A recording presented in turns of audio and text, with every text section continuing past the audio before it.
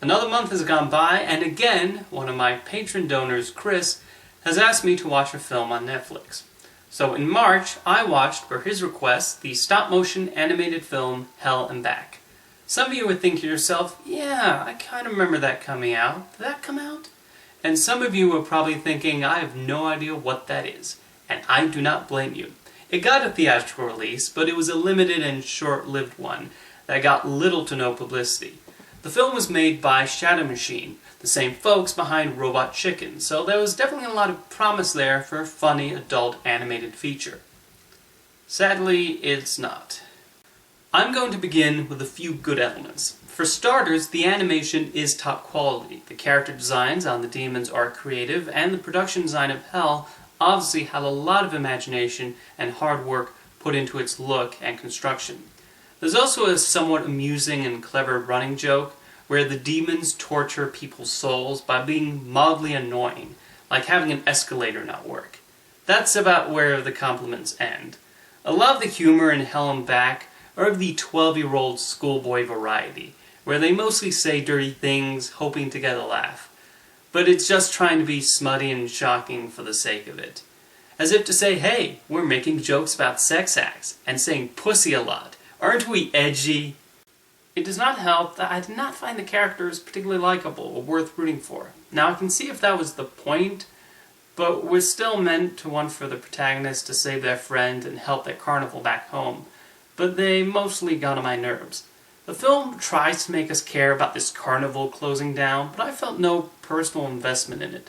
Enough that by the time they returned to that plot point at the end of the film, I completely forgot that was even a motivation for the characters. The worst and most obnoxious character is the Greek figure Orpheus, who, as voiced by Danny McBride, is portrayed as some slacker frat boy. A lot of his dialogue feels like they put McBride into a recording booth and told him to think of any dirty thing that came to mind and say it in the most monotone way imaginable too. We also get a running joke about one of the characters getting raped. It's unfunny and uncomfortable the first time, and they keep returning back to it again and again and again. If there's a topic that's almost impossible to make funny, it's this one. As for the devil, he's basically portrayed as secretly a big softy with a huge crush on another character, which was way funnier when South Park did it. And this is a film that I feel really could have used the input of Trey Parker and Matt Stone, as they know how to write vulgar humor that has a point behind it.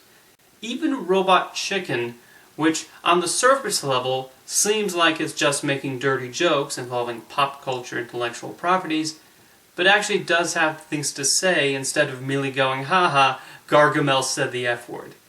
While Anomalisa managed to push adult stop-motion animation forward and show it can tell all kinds of stories, Hell and Back ended up, well, I wouldn't say it pushed it back because nobody saw this film. But if you saw my video where I named my favorite and least favorite animated films of 2015, you may recall I said I did not see any animated features I strongly disliked. But that's because I had not seen Hell and Back yet.